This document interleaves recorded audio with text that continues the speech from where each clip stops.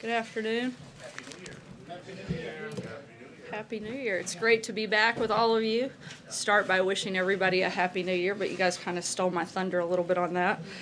The President would like to start by congratulating two great teams from two great states, both in the heart of Trump country. We look forward to a fantastic national championship between Georgia and Alabama next week. And we know for certain that a lot of American workers are starting and having a very happy new year thanks to the wage increases and bonuses they got as a result of the president's tax cut bill. Companies are doing exactly what the president said they would, increasing investment and raising wages, and the workers are the big beneficiaries. We will be talking a lot more about that in the coming days. With the new year, we also have a renewed appreciation for the freedoms we enjoy here in the United States. Unfortunately, millions of people around the world are not so fortunate. In recent days, we have watched widespread protests erupt in many Iranian cities. Years of mismanagement, corruption, and foreign adventurism have eroded the Iranian people's trust in their leaders. The Iranian regime spends its people's wealth on spreading militancy and terror abroad rather than ensuring prosperity at home. Prices for everyday staples and fuel are rising, while the Revolutionary Guards spend the nation's wealth on foreign militant groups and enrich themselves in the process. The Iranian people are angry at the rising tide of corruption in their daily lives. The people are tired of paying the price for their violent and corrupt rulers. As a result, we are now seeing an organic, popular uprising organized by brave Iranian citizens on the largest scale since 2009. But the international community cannot sit silent as it did then. The United States supports the Iranian people, and we call on the regime to respect its citizens' basic right to peacefully express their desire for change. America longs for the day when Iranians will take their rightful place alongside the free people of the world. As the President said in October, we stand in total solidarity with the Iranian regime's longest suffering victims, its own people. The citizens of Iran have paid a heavy price for the violence and extremism of their leaders, and the Iranian people long to reclaim their country's proud history, its culture, its civilization, and its cooperation with its neighbors. On an even more somber note, we are sad to have to announce that a brave American service member died in Afghanistan, and we are going through the notification process, and DoD will provide updates on that situation as available. And our thoughts and prayers are with that individual's family and friends. With that, I will take your questions. Major. The Iranian protest, does that create an opening or renew the president's desire to reimpose sanctions as part of the Iran nuclear deal? And I have a follow-up on Pakistan also. Look, we certainly keep our options open in terms of sanctions, in terms of signing a waiver later in January. The president hasn't made a final decision on that. He's going to keep all of his options on the table in that regard. Has the Iranian protest changed the calculations about that? Meaning created a situation in which the president, who was already inclined to be moving in that direction, would move more rapidly in that direction to send a signal not just to the Iranian regime but to the world? Not necessarily. I mean, I think the president's been very clear what his position is in support of the Iranian people, and in terms of what decision he'll make on that waiver. He hasn't made a final one yet, but he's going to keep every option on the table with regard to that. And on Pakistan, what precipitated the president's tweet about threatening to withhold future U.S. aid? Is there something in particular that he was either briefed upon or that he noticed? Because it's not necessarily a secret that there's been a long-running dispute between the United States government and Pakistan about how cooperative Pakistan has been in counterterrorism measures and other issues. Look, the president outlined a new strategy for Afghanistan and South Asia earlier this past year in August, and at that time he laid out and said that Pakistan is not fulfilling its obligations. The president is simply following through on a commitment that he made, because this is a president who does what he says he's going to do. We know that Pakistan can do more to fight terrorism, and we want them to step up and do that. Celia, Happy New Year. What did the president mean when he said the deep state Justice Department? And does this administration believe that the deep state is a real thing, that there is this shadow government out there actively plotting to sabotage him? Look, the president finds some of those actions very disturbing, and he thinks that we need to make sure if there is an issue that it's looked at But if there was anything beyond that, I would refer you to the Department of Justice that would look into it. Does he believe the entire Justice Department and its more than 100,000 employees are part of this deep state? Obviously, he doesn't believe the entire Justice Department is part of that. You know, one of the things that the president has done is appoint Christopher Wray at the FBI because he wants to change the culture of that agency, and he thinks he's the right person to do that. Steve? What does the president see as the end game in Iran? Would he like to see regime change?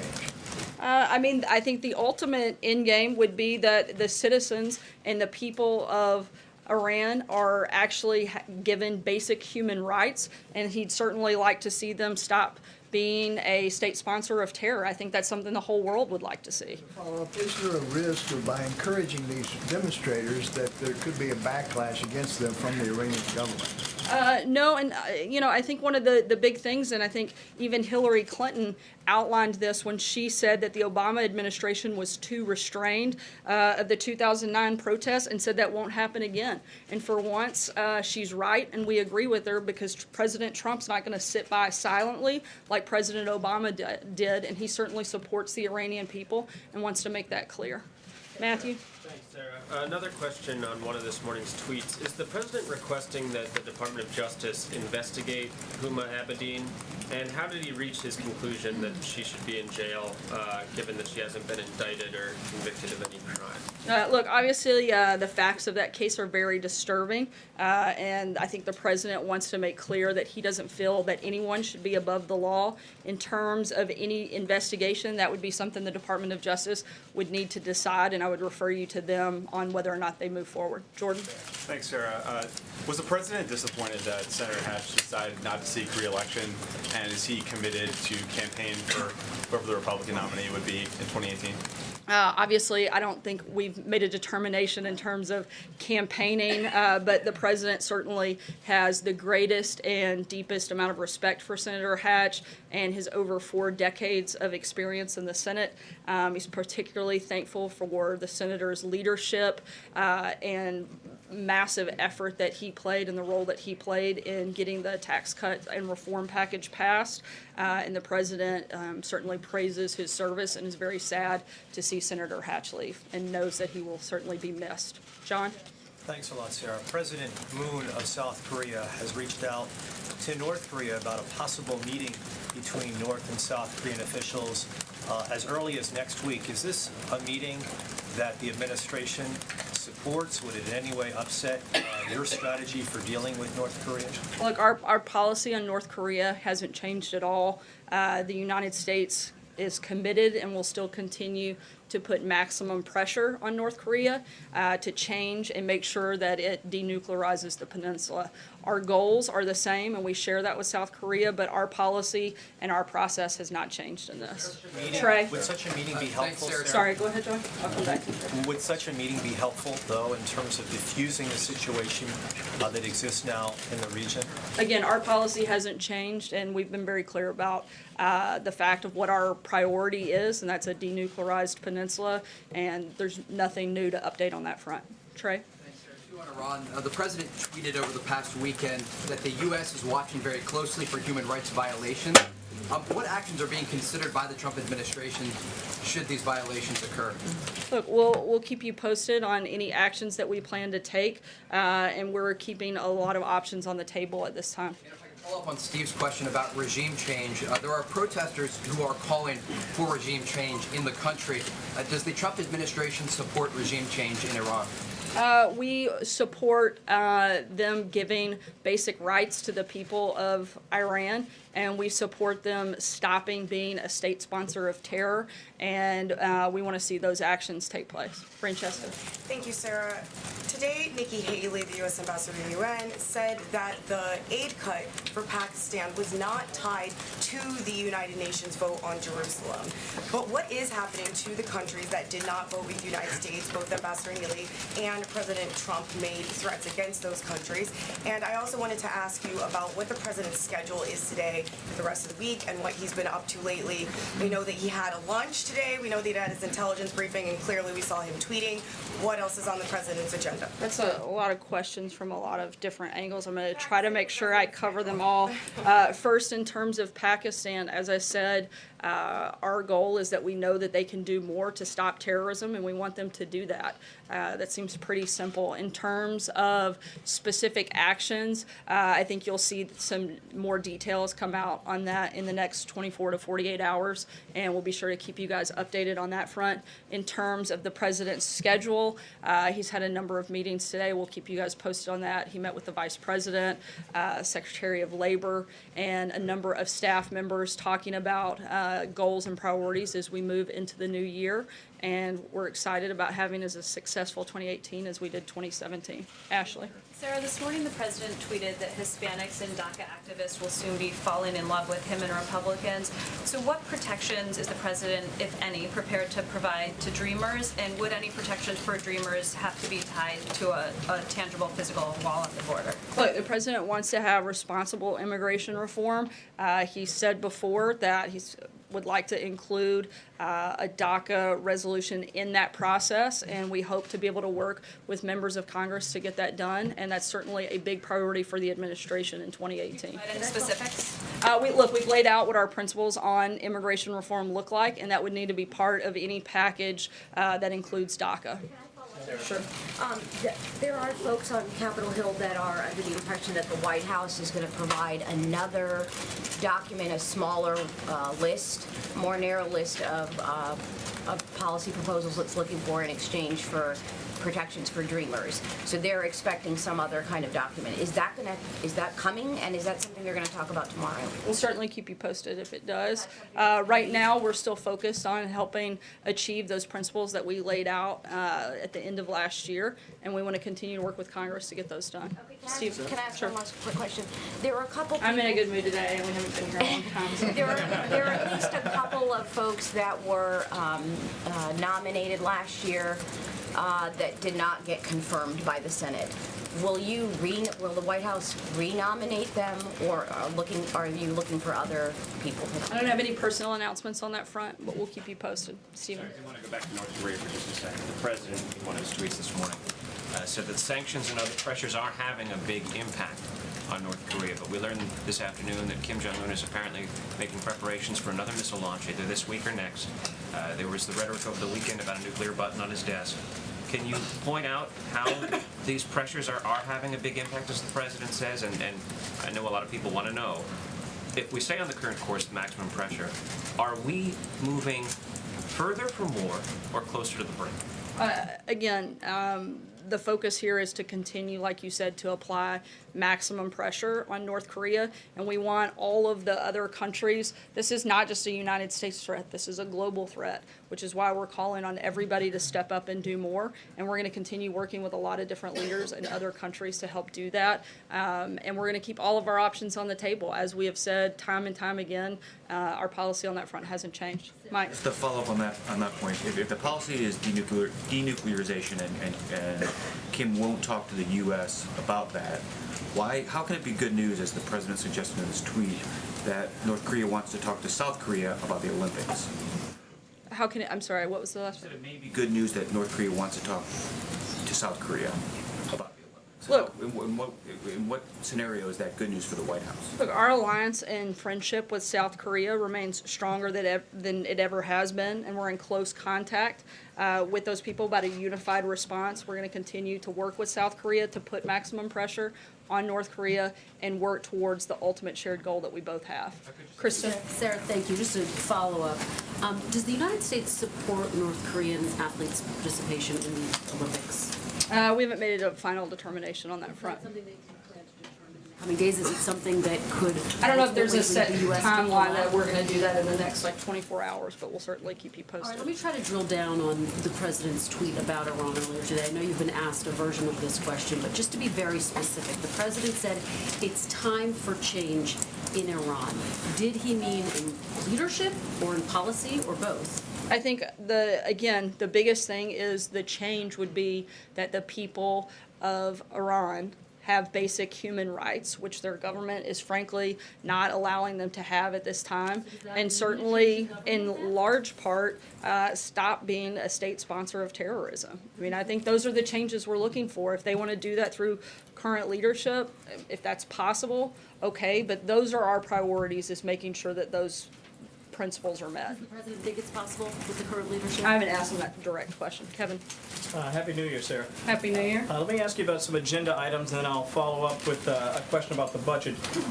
Infrastructure, welfare reform, border security, which of these is the primary focus in the early stages of 2018, or is this a buckshot approach and you're simply going to go for them all and see which one you can stick the landing on first? Look, the president was elected because of his ambitious agenda and his desire to get a lot of things done. We're going to focus on that. The things that you listed are certainly going to be big priorities for us in 2018. A lot of the meetings that the president has this week with leadership will help determine what the best strategy is on each of those individual areas, but those are certainly welfare reform, infrastructure, responsible immigration reform, and healthcare will all be top priorities for the administration this year. Speaking of the meetings, both tomorrow and even coming up this weekend, for the American people who might be wondering, so what happens in a meeting like this, can you sort of lay out what the expectation might be from the president's point of view? I think it would be to talk about, again, the strategy of the best way to accomplish maximum success in all of those areas that we've outlined. Obviously, the budget is first and foremost one of the biggest priorities right now, and certainly the big priority in the immediate term. The president wants a 2-year budget deal that provides realistic budget caps and provides certainty for our national security. That's our biggest and #1 priority, and that'll be the focus front and center of the conversations that are taking place this week. And then beyond that, it will be talking about those 4 other priorities that I outlined and what the strategy to get maximum success on those would look like. Jill? Thanks, Sarah. I wanted to circle back to the Orrin Hatch retirement decision. The president and Mitt Romney have obviously traded some very harsh words against one another. Would the president be open, though, to supporting Mitt Romney if he decides to run? I haven't had that conversation with him, and I think I would be prohibited from weighing in too far right now, given Hatch Act, on who we might or might not support in that race. And then I just wanted to follow up on the questions about the president's Pakistan tweet, just to be perfectly clear. So there was no particular incident, nothing the public doesn't know about that prompted that tweet yesterday? Look, this is something that the president has been following and has talked about, again, back during August when he laid out his Afghanistan and South Asia strategy. And this is something that the administration continues to watch on a daily basis, and the president receives daily updates and briefings, and I can't go into any further detail beyond that. John? Thank you, Sarah. Several of the Iranian exile groups in the United States have praised the president's comments and statements on Iran, as have former prisoners of the Iranian government, Pastor Saeed Abedini among them. Is the president in touch, either directly or indirectly, with any of the exile group, notably the National Council for Resistance in Iran? I'm not aware of any conversations, certainly not directly between the president, but I'd have to verify that no one in the administration has had those conversations. I'm just not prepared to answer that extensively. Peter. Sarah, can I ask you about another presidential tweet today? The president today appeared to take credit for 0 commercial airline deaths in 2017. In fact, there hasn't been a U.S. commercial airline fatal crash in the country since 2009. So does President Obama deserve credit for that long stretch that dates back to 2009? Look, the president has raised the bar for our nation's aviation safety and security. He certainly is very grateful. Last year, the president announced his initiative to modernize air traffic control, and under his leadership, the Department of Homeland Security released enhanced security measures to ensure safer commercial air travel. Look, the president's very happy that there were no commercial airline deaths in 2017, and we hope that that trend continues well into 2018 and beyond. Brian? Just to follow up, then Michael Huerta is the FAA administrator. Obviously, he's had a successful run. He's an Obama holdover. His term expires this week. Will he extend Michael Huerta? I don't have any personnel announcements on that front. Follow if I can, because you started talking football, so I'll ask you about football. The two teams that are going to be in the national championship game come from the state of Georgia, and the state of Alabama, as you know well. Obviously, Alabama just elected a Democratic senator. You said they're right in the heart of Trump country. Does the president see the country as Trump country and the rest of the country? Look, I was certainly making a congratulations to two great football teams in the greatest conference in the country, which I'm sure that most of you will all agree, even those that don't live in one of those lucky states. I'm not going to ask you specifically about, I'm not going to ask you if you worked during the holiday, because I think I know what you'll say there, but what I do want to ask you is... There was a holiday? Yeah, right. What I wanted to ask you is, will he give a comprehensive breakdown of what he accomplished during the holiday season? And specifically, he met with Steve Mnuchin, Wilbur Ross, Robert Lighthizer, his trade rep, his commerce secretary, and his treasury secretary. Did you accomplish anything during that break, and could you let the American public know what it was that you accomplished? Obviously, the president's been extremely focused on trade. He talked a lot about it during the campaign, has talked a lot about it since he was sworn in. That's going to continue to be a big priority for the president in making sure that American workers and American companies are at the best end and have better trade deals. He doesn't feel like we have very many of those right now and wants to make sure that we make every effort to improve all of the trade deals that we have so that we're benefiting our workers and our companies and our country. And that was certainly a big part of that conversation and will continue to be so. And we'll keep you posted if we have specifics to roll out on that front. Does he plan to hold, he's had one solo press conference in a year. Is there any chance we get him out here to answer some questions from us anytime soon? We'll certainly make sure that you guys are aware if he's going to make an appearance. Look, the president communicates. He's one of the most accessible presidents we've ever had. He gives feedback and answers questions in a variety of different ways. Sometimes it's through a press conference. Sometimes it's chatting with you guys on the way to and from Marine One. It's often through Twitter where he gets to speak directly to the American people and give exact information on what his thoughts and feelings are. The purpose, if I understand correctly, is for you to get information about where the president is, and we do that in a variety of different ways. Hunter? Thank you, Sarah, and Happy New Year. Happy New Year. So in less than a year in office now, President Trump has visited golf courses 91 times. There's confirmation that he's played the game of golf at least 75 times. Sean, back in March, told me that this was different than President Obama's use of golf, which was Obama played far less than President Trump, but Sean said Trump was using the game much differently.